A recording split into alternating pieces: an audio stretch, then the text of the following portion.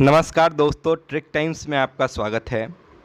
आज हम ब्रिटिश शासन के समय जो महत्वपूर्ण समाचार पत्र या जर्नल आते थे उनसे संबंधित जो भी संपादक या उनके ऑनर हुआ करते थे, उन सारे न्यूज़पेपरों और जर्नलों का लिस्ट हम देखेंगे और उनके संपादकों का नाम याद करेंगे, क्योंकि यह जो है सो परीक्षा में काफ़ी पूछा जाता है। चाहे वो एसएससी हो, एनटीपीसी हो, यूपीएससी हो, बीपीएससी हो, स्टेट पीसीएस का जितना भी हर एग्ज़ाम में लगभग ये देखने को मिलता है और ये काफ़ी महत्वपूर्ण है। और चूँकि लंबी लिस्ट है और नाम बहुत सारे हैं तो याद करने में बहुत सारी कन्फ्यूजनें होती हैं, इसलिए मैंने ट्रिक के माध्यम से उन जितने भी महत्वपूर्ण हैं परीक्षा के दृष्टिकोण से, उन सारे न्यूज़पेपरों को मैंने कवर करने का कोशिश किया है।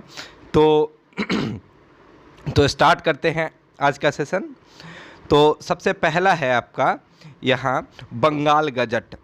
तो देखिए यहाँ पे गजट में गजट आ रहा है, तो गजट मतलब गरजना। तो गरजना तो बादल कब गरजते हैं? तो अगस्त के महीने में गरजते हैं। तो इस तरह से आप याद कर सकते हैं कि गजट मतलब गरजना, और कब गरजता है बादल? तो अगस्त के महीने में। और कहाँ पे? तो बंगाल की खाड़ी में। ठीक है, तो आप ऐसे याद कर सकते हैं। वैसे ही जैसे बंगाल की खाड़ी में गरजा तो अगस्त में, वैसे ही इंडिया गजट, तो इंडिया अगर गरजेगा तो क्या होता है? पाकिस्तान, चाइना, नेपाल, भूटान, श्रीलंका जितने भी पड़ोसी देश हैं सभी क्या होते हैं? सभी डर जाते हैं। तो इंडिया गजट का क्या हो जाएगा? तो हेनरी लुइस विवियन डिरीजियो। तो ये हो गया। फिर तीसरा जो है वो है आपका इंडिया हेराल्ड। इंडिया हेराल्ड, तो मैं पहले बता देता हूँ, ये हेराल्ड जो होता है, हेराल्ड का मतलब होता है अग्रदूत। तो अग्रदूत जैसे पुनर्जागरण के अग्रदूत भारत में कौन कहे जाते हैं? राजा राम मोहन राय कहे जाते हैं। वैसे ही इंडिया हेराल्ड मतलब भारत में अग्रदूत किसको कहा जाता है? तो लॉर्ड विलियम बेंटिक को हम लोग मानते हैं। क्यों? क्योंकि सती प्रथा, ठगी प्रथा, बहुत सारे ऐसे प्रथाएं थे, कुप्रथाएं थी जिनका इन्होंने उन्मूलन किया था।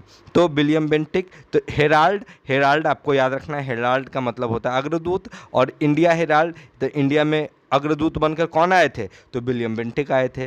तो विलियम, आपको विलियम बेंटिक का विलियम याद रखना है, तो इसमें कौन है? Are Williams. तो ऐसे याद रख सकते हैं आप इसको। अगला चौथा देखते हैं। तो चौथा आता है दिग्दर्शन। तो दिग्दर्शन, ये दिग्दर्शन क्या होता है? तो दिग मतलब होता है दिशा, और दिशाओं का दर्शन। तो दिशाओं का दर्शन अगर आपको करना है तो क्या करना होगा? आपको अर्थ से बाहर निकलना पड़ेगा, अर्थ के एटमॉस्फेयर से बाहर निकलना पड़ेगा, तभी तो आप चारों दिशाओं में से अर्थ को देख पाइएगा। तो कहाँ जाना पड़ेगा? तो मार्स पे जाना पड़ेगा। तो मार्स मैन, जो मार्स पे रहने वाले लोग होंगे उनको क्या होगा कि भारत में मतलब जितने भी पृथ्वी की दिशाएं हैं उन सब दिशाओं का एक जैसा दिखेगा, सबका दर्शन हो पाएगा। तो मार्समैन, तो दिग्दर्शन का कौन है? मार्समैन। फिर उसी तरह समाचार दर्पण।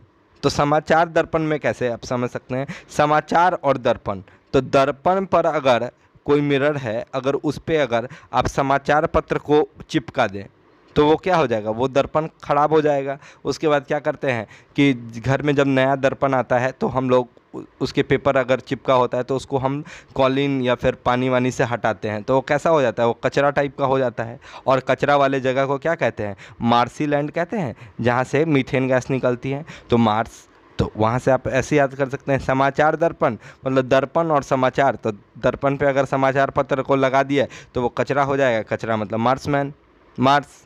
तो ऐसे आप याद रख सकते हैं। अब अगला है संवाद कौमुदी। तो संवाद और कौमुदी, तो संवाद में क्या है? तो राजा राम, मतलब राजा जो थे रामचंद्र जी, प्रभु श्री राम जो थे वो राजा थे अयोध्या के। तो वो क्या किया करते थे? वो अपने प्रजाओं से संवाद किया करते थे। तो संवाद कौमुदी की जब बात आएगी तो कौन आएंगे? तब आएंगे राजा राम मोहन राय। फिर अगले पे आते हैं मीरातुल अखबार। तो मीरातुल, देखिए तो आप सबने मीराबाई का नाम सुना होगा। तो मीरातुल मतलब मीरा तुलना करेगी किसका किसका? तो राम और मोहन का, राम और कृष्ण दोनों का मीरा तुलना करती है। तो क्या करती है? मीरा जो है कृष्ण की भक्त होती है। तो कुछ लोग कहते हैं कृष्ण ही भगवान, कृष्ण और राम दोनों भगवान विष्णु के अवतार हैं। तो वो क्या करती है, मीरा तुलना करती है। तो मीरा को तुलना करना होगा तो किसे किसे करेगी, राम और मोहन, क्योंकि दोनों एक ही हैं। ठीक है। अगला जो है सो बॉम्बे समाचार। तो जैसे ही हम बॉम्बे और समाचार, बॉम्बे का समाचार की बात आती है तो हमें 26/11 की घटना याद आती है, जब होटल ताज पे क्या हुआ था, आतंकवादियों ने हमला किया था और उसमें क्या हुए थे, हमारे बहुत से जवान शहीद हो गए थे। तो जैसे ही जवान की बात आती है, जवान की शहादत की बात आती है, तो जवान की बात आती है तो बॉम्बे समाचार हमें याद आता है। और इसमें बहुत सारे हेमंत करकरे थे, उन्नी कृष्णन थे और भी बहुत सारे थे, वे शहीद हो गए थे। जब जवान की जब बात आएगी तो बॉम्बे समाचार। तो बॉम्बे समाचार से आप याद रख सकते हैं फरदू जी मर जवान। अब आता है बंगदूत। जैसे बंगाल में दूत, तो बंगाल में दूत चूँकि अंग्रेज जो थे सो सबसे पहले जो है सो बंगाल में ही, मतलब समझिए कि बंगाल को ही अपना मतलब अपना क्षेत्र बनाया। वहीं पलासी की लड़ाई हुई है, पलासी के लड़ाई के बाद जो है वहीं पर आधिपत्य जमाया और वहीं से जितनी भी घटनाएं भारत की आधुनिकीकरण की जितनी भी घटनाएं हुई वहीं से स्टार्ट हुई। और वहीं के कौन थे, राजा राम मोहन राय, जिन्हें भारतीय पुनर्जागरण का अग्रदूत कहा जाता है। और चूंकि वो बंगाल से थे और बंगाल से ही पुनर्जागरण की शुरुआत हुई तो बंगदूत किन्हें कहा जाएगा, तो राजा राम मोहन राय को। तो आप ऐसे याद रख सकते हैं। अब देखिए अगला आता है जाम ए जहानुमा। तो जाम, जाम मतलब जानते हैं कि जाम मतलब शराब। और शराब किस रंग का होता है, लाल रंग का। तो यहाँ पे है लाल सदा सुख लाल। तो लाल आपको याद रहेगा, लाल लाल दो बार आ रहा है तो लाल। और सदा सुख, तो सदा सुख मतलब जाम जो शराब पीने वाले होते हैं वो सदा सुखी होते हैं, उनको कोई टेंशन वेंशन होता नहीं है, वो सदा सुखी रहते हैं। तो आप ऐसे याद रख सकते हैं इसको। अगला है उदंत मार्तंड। तो मार्तंड मतलब होता है, मार्तंड जो है सूर्य का नाम है, सूर्य का पर्यायवाची जो है मार्तंड होता है। तो मार्तंड, तो आप सूर्य से जैसे ही याद आता है तो आप हनुमान जी को हनुमान चालीसा में याद कर सकते हैं। एक क्या है, चौपाई है, जुग सहस्त्र योजन पर भानु लिल्यो ताहि मधुर फल जानू। तो जुग, तो यहाँ आ रहा है ना जुग, तो जुग आ रहा है, तो जुग मतलब मार्तंड, मार्तंड मतलब सूर्य, सूर्य से कौन, तो जुग, या सूर्य जग को प्रकाशित करते हैं। शुक्ल, शुक्ल पक्ष मतलब शुक्ल पक्ष कब होता है, जब चंद्रमा जो होते हैं सो क्या होते हैं, चंद्रमा धीरे धीरे आकार बढ़ता जाता है जब चंद्रमा का, और पूर्णिमा की ओर जाता है जब सूर्य चंद्रमा, तो हम लोग शुक्ल पक्ष कहते हैं उसको। तो शुक्ल, तो जग को क्या होता है, जो सूर्य हैं जग को प्रकाश देते हैं, शुक्ल पक्ष भी प्रकाश से ही एक तरह से संबंधित है, तो जग शुक्ल ऐसे याद भी रख सकते हैं आप। और मार्तंड सूर्य जब याद आए तो इस फोटो को याद कर लीजिएगा, युग सहस्त्र योजन पर भानु, तो यहाँ से युग आपको याद हो जाएगा। अब अगला है इंडियन, ईस्ट इंडियन। तो ईस्ट इंडियन, तो ईस्ट इंडिया क्या था, ईस्ट इंडिया एक कंपनी का नाम था, ठीक है, जिसकी स्थापना 1600 में हुई थी। तो ये ईस्ट इंडिया जो थी सो अभी मान के चलिए कि ईस्ट इंडिया अगर अभी भारत आई होती तो क्या होता, अभी भारत में सबसे जो है टेलीकॉम की कंपनी कौन है, जियो, और रिलायंस जो है बड़ा इंडस्ट्री है भारत में। तो क्या होता है, ईस्ट इंडिया जियो को देख के डर जाती कि नहीं, तो ईस्ट इंडियन जो है सो फिर इसके कौन है, हेनरी विवियन डेरिजियो। ये जो हेनरी विवियन डेरिजियो जो थे ये पुर्तगाली थे, ठीक है, और इनका ये काफ़ी कम उम्र में ही इनका देहांत हो गया। इन्होंने यंग बंगाल नामक एक आंदोलन चलाया था और भारतीय पुनर्जागरण के लिए और भारतीयों के आधुनिकीकरण के लिए बहुत प्रयास किया इन्होंने। तो ईस्ट इंडियन से आप ऐसे याद रखिएगा, ईस्ट इंडिया कंपनी अगर आई होती तो अभी जियो है, जियो से कम्पीट नहीं कर पाती और डर जाती, तो ऐसे याद रख सकते हैं। अब आता है बॉम्बे टाइम्स।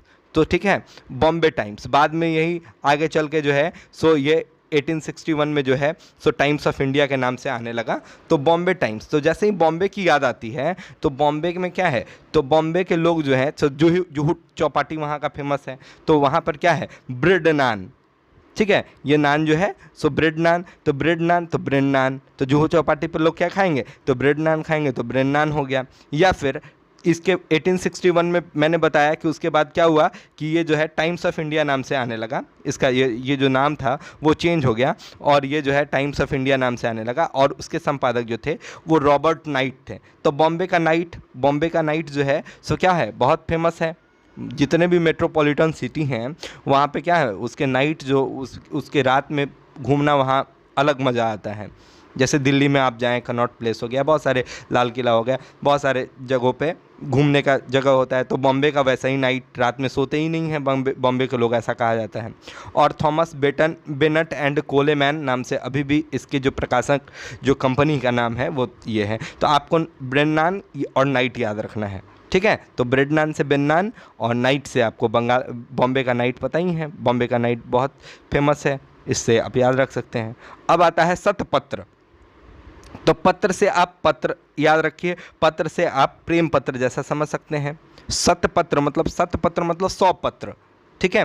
तो 100 पत्र याद रख सकते हैं। अब यहाँ पे है देशमुख। तो रितेश देशमुख, देशमुख से सबसे पहला नाम क्या आता है? तो रितेश देशमुख। तो रितेश देशमुख और जेनेलिया डिसूजा ने प्रेम विवाह किया था। तो आप ऐसे याद रख सकते हैं कि रितेश देशमुख जो है सो जेनेलिया डिसूजा से जब प्रेम करते थे तो वो क्या किया, उन्होंने 100 बार उन्होंने पत्र लिखा, प्रेम पत्र लिखा, ऐसे याद रख सकते हैं। एक्चुअली ये जो गोपाल हरि देशमुख हैं, गोपाल हरि देशमुख को लोक हितवादी कहा जाता है, ठीक है। तो ये जो थे सो गोपाल हरि देशमुख, तो ये जो था वो सतपत्र जो आता था एक्चुअली आता था लोक हितवादी, मतलब मराठी नाम था वो, उस नाम से आता था। तो आप देशमुख और सतपत्र से याद रख सकते हैं, गोपाल हरि देशमुख का ये है। अब आता है अगला रस्तगोफ्तार। तो रस्तगोफ्तार, तो गोफ्तार से क्या याद आता है आपको? इफ्तार याद आता है। इफ्तार कब दिया जाता है? तो इफ्तार जो है सो रमज़ान जब चलता रहता है, रमज़ान का महीना, उस समय इफ्तार दिया जाता है। उसी तरह जब मुसलमानों के लिए इफ्तार हो गया तो हिंदुओं में भी उसी तरह का एक फास्ट वाला पर्व होता है जिसे हम नवरात्रि कहते हैं, जिसमें 9 रोज़ होते हैं और 9 दिन क्या किया जाता है, देवी दुर्गा की पूजा की जाती है। और उसमें जब इस्लाम के लोग जो हैं मानने वाले, वो अपने रमज़ान के समय में इफ्तार करते हैं, तो हिंदू वाले क्या करेंगे? गोफ्तार करेंगे। तो आप ऐसे याद रखिएगा कि गोफ्तार तो कौन? गोफ्तार नैरोजी, मतलब इफ्तार जैसे वैसे गोफ्तार। और इफ्तार रमज़ान में, तो गोफ्तार कब? 9 रोज़, मतलब नवरात्रि के समय। या ऐसे भी याद रख सकते हैं कि दादा भाई, कोई दादा भाई है गुंडा, दादा भाई नाम से क्या लग रहा है, गुंडा टाइप का, तो वो गुंडा को क्या कर लिया जाएगा? गिरफ्तार कर लिया जाएगा। तो ऐसे भी याद रख सकते हैं आप। अब है हिंदू पैट्रियट। तो हिंदू पैट्रियट तो क्या है कि जितने भी हिंदू भक्त होते हैं उनकी श्रद्धा जो है भगवान में काफ़ी होती है। एक बार समय आया था जब क्या हुआ था कि जब वृंदावन में बारिश ख़त्म ही नहीं हो रही थी, बारिश छूट ही नहीं रही थी, इंद्र भगवान जो थे वो काफ़ी क्रुद्ध हो गए थे। तो कृष्ण भगवान ने क्या किया था, संपूर्ण पर्वत को ही, गोवर्धन पर्वत को अपनी कानी उंगली पे उठा लिया था उन्होंने। तो हिंदू पैट्रियट, जब भक्त की बात आती है तो भगवान क्या होते हैं कि भगवान चले आते हैं। और भगवान क्या हुए, तो भगवान ने गिरी मतलब क्या होता है, पर्वत को कहा जाता है गिरी, उसका पर्यायवाची है। तो गिरी को उठा लिया था इसने, मतलब गिरीश, ठीक है। तो गिरीश हिंदू पैट्रियट आपको याद रहेगा ऐसे, गिरीश चंद्र घोष ने इसका संपादन किया था। अब आता है अगला सोम प्रकाश। तो सोम प्रकाश, तो सोम प्रकाश, सोम का जो मतलब होता है, सोम का एक्चुअली 2 मतलब होता है। एक सोम का मतलब होता है, सोम को कहा जाता है चंद्रमा, ठीक है। और एक सोम का मतलब होता है, एक तो चंद्रमा हो गया और एक होता है अमृत। तो आपको यहाँ से सोम प्रकाश मतलब चंद्रमा का प्रकाश। तो चंद्रमा को हम लोग क्या मानते हैं यहाँ पे, हिंदू जो भी मानने वाले हैं, हिंदू के धर्म के अनुयायी, वो मानते हैं चंद्रमा को देवता।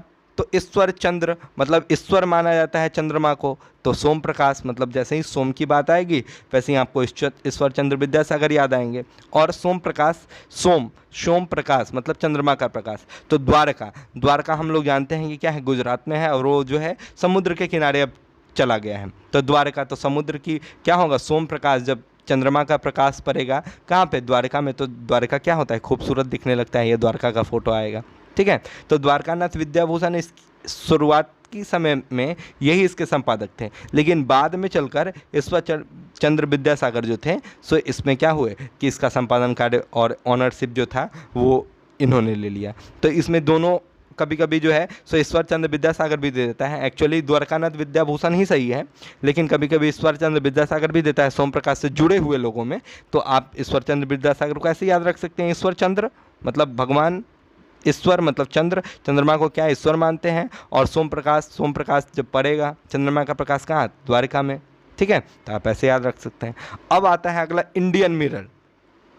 तो भारतीय लोगों में क्या एक हिंदू लोग जो हैं उनमें क्या एक बड़ा ये अच्छी बात है, और जो कहें आप अंधभक्ति कहें या फिर जो भी कह लें, उसमें क्या है कि प्रत्येक जीव जंतु कुछ भी हो उसमें क्या होता है कि भगवान का स्वरूप देखते हैं वो। ठीक है, तो इंडियन मिरर, तो मिरर में देखिए यहाँ एक नायिका है कोई, वो क्या देख रही है, तो आईने में भगवान को देख रही हैं। ठीक है ना, कृष्ण भगवान दिख रहे हैं। तो इंडियन मिरर, तो भगवान यहाँ पे क्या है कि आईने में भी अगर किसी का स्वरूप आदमी देख रहा है तो भगवान ही दिखते हैं, मतलब इंडियन मिरर। तो मिरर में भी क्या कौन दिख रहे हैं, तो देव दिख रहे हैं। ठीक है, तो आप ऐसे याद रख सकते हैं कि इंडियन मिरर के कौन थे, देवेंद्रनाथ टैगोर। और यही देवेंद्रनाथ टैगोर जो थे क्या कौन थे, ये रविन्द्रनाथ टैगोर के पिताजी थे। ठीक है, अब आता है बंगाली, तो बंगाली में कौन थे, तो बंगाली तो गाली, आपको गाली याद आ रहा है। और यहाँ पे देख रहे हैं सुर, तो गाली तो कोई सुर में दे नहीं सकता है, तो गाली और सुर आपको जैसे ही आप ऑप्शन देखिएगा सुर याद आएगा, गाली याद आएगा, आप फिल्टर करके ऑप्शन को मार सकते हैं। उसी तरह दूसरे भी गिरीश चंद्र घोष हैं, ये भी बंगाली नाम है। ठीक है, तो जो भी बंगाली होंगे वही होंगे इसके संपादक, तो आप ऐसे भी याद कर सकते हैं। अब आता है नेशनल पेपर, तो नेशनल पेपर तो क्योंकि भारत में क्या है कि भारत के लोगों भारतीयों में क्या है, वेदों की अधिक महत्ता है। तो क्या करते हैं कि नेशनल पेपर मतलब कोई भी भारतीयों का जो पेपर होगा वो क्या होगा, वो कोई धर्म ग्रंथ ही होगा, ऐसा मतलब आप याद करने के लिए आप ऐसा सोच सकते हैं, कोई धर्म ग्रंथ ही होगा। और कौन सा धर्म ग्रंथ सबसे पहला था, तो सबसे पहला धर्म ग्रंथ जो था वो वेद था। और वेद में भी सबसे पहला कौन, तो ऋग्वेद। और ऋग्वेद में किसकी चर्चाएं हैं, सबसे अधिक चर्चा जो है, सबसे ज़्यादा बार जो है सो इंद्र की चर्चा की गई है। और इंद्र कौन है, तो देवताओं के राजा हैं। ठीक है, तो देव इंद्र मतलब किसकी चर्चा है, तो नेशनल पेपर मतलब ऋग्वेद, और ऋग्वेद में किसकी चर्चा है, तो देवेंद्र की। तो आप ऐसे याद कर सकते हैं कि नेशनल पेपर के कौन थे, तो देवेंद्रनाथ टैगोर। अब आता है अगला अमृत बाजार पत्रिका, तो अमृत तो अमृत की बूंदें जो होंगी वो कैसी दिखती हैं, मोती की तरह। ठीक है, तो मोतीलाल घोष आप याद कर सकते हैं। वैसे ही अमृत तो कहा जाता है कि जैसे आप अगर राष्ट्रीय स्वयंसेवक संघ से जुड़े या फिर हिंदू धर्म में ही ऐसा है कि एक पूर्णिमा होता है जो ठंड के समय में मनाया जाता है, और उसमें क्या परंपरा है कि उसमें खीर को टांग दिया जाता है रात में खुले आसमान के नीचे, और ऐसा माना जाता है कि उस खीर में जो है सो अमृत की बूंदें टपकती हैं। तो अमृत की बूंदें कब गिरेंगी, शिशिर ऋतु में। शिशिर मतलब ठंड के मौसम में। तो ठंड के मौसम में क्या माना जाता है, कैसा माना जाता है कि अमृत की बूंदें ये पड़ती हैं। और वैसे भी आप याद रख सकते हैं कि ठंड के महीने में क्या होता है, ठंड के समय में ओस गिरती है। ठीक है, ओस की बूंदें किसकी जैसी लगती हैं, अमृत की बूंदों के समान। तो आप ऐसे याद रख सकते हैं इसको। अगला है बंग दर्शन, तो बंग दर्शन, बंग मतलब बंगाल और बंगाल का दर्शन, तो बंगाल का दर्शन कराने वाला कौन सा ये है, आप बताइए। तो बंगाल का दर्शन हमको करना है तो एक पुस्तक है जिसका नाम है आनंद मठ, जिसके बारे में आप सब ने सुना होगा। और इसी आनंद मठ से जो है सो लिया गया है वंदे मातरम। ठीक है, जो भारत का राष्ट्रीय गीत है। तो बंग दर्शन जो है सो बंगाल का दर्शन, इसमें बहुत सारी घटनाओं का, बंगाल में बहुत सारे जो आंदोलन हुए जैसे सन्यासी विद्रोह है, बहुत सारे आंदोलनों और बंगाल के जो कला संस्कृति और बहुत सारी चीज़ें हैं वो आनंद मठ में लिखी गई हैं, ये उपन्यास है। ठीक है, तो बंग दर्शन जो है सो अगर बंगाल का आपको दर्शन करना है तो किसके थ्रू करेंगे, आनंद मठ के थ्रू करेंगे। और आनंद मठ किसने लिखा है, तो बंकिम चंद्र चटर्जी ने। तो जैसे ही आपको जब भी बंग दर्शन की बात आएगी तो आपको आनंद मठ याद आना है, और आनंद मठ जैसे ही याद आएगा वैसे ही आपको बंकिम चंद्र चटर्जी याद आ जाएंगे। तो ऐसा हो गया। अब है गुलामगिरी, तो देखिए उस समय क्या था कि जब भारत आज़ाद नहीं था तो आज़ादी से पहले दलितों को बहुत सारे अधिकार जो हैं उनका हनन होता था। और क्या होता था कि उन पे बंधुआ मजदूरी और बहुत सारी कुप्रथाएं ऐसी थी जो जिनके तहत जो है उनका शोषण किया जाता था, और वो एक्चुअली ज़मींदारों के गुलाम ही की तरह ये होते थे। तो उनके लिए जो है सो भीमराव अंबेडकर और महात्मा ज्योतिबा फूले जो थे, इन्होंने बहुत सारे काम किए इनके उत्थान के लिए। और ये जो भीमराव अंबेडकर जो हैं बाबा साहब, वो जो थे सो ज्योतिबा फूले को अपने गुरु मानते थे। तो गुलामगिरी कौन कर सकता था उस समय, ब्रिटिश के समय, तो गुलामगिरी जो थे तो ज़्यादातर दलित उसमें जो पिछड़े थे, शोषित थे, वही इन्वॉल्व होते थे। तो गुलामगिरी, गुलाम मतलब दलितों के पर हो रहे हैं अत्याचारों के बारे में कौन बताएंगे? तो चूंकि ज्योतिबा फुले और भीमराव अंबेडकर और पेरियार, यही 3-4 नेता थे जिन्होंने दलितों के उत्थान के लिए बहुत सारे कार्य किए, तो आपको, और जिनमें ज्योतिबा फुले बहुत उत्कृष्ट योगदान है, तो आप याद रखिए ज्योतिबा फुले गुलामगिरी से। ठीक है, तो गुलामगिरी से आप याद रख सकते हैं क्या कि ये, और गुलामगिरी से आप ऐसे भी याद रख सकते हैं गुलाब। ठीक है, गुलाब क्या है? एक फूल है, तो आप ऐसे भी याद रख सकते हैं कि गुलाब का फूल, तो फूल है ज्योतिबा फुले। ठीक है, अब देखिए अगला आता है इंडियन स्टेट्समैन।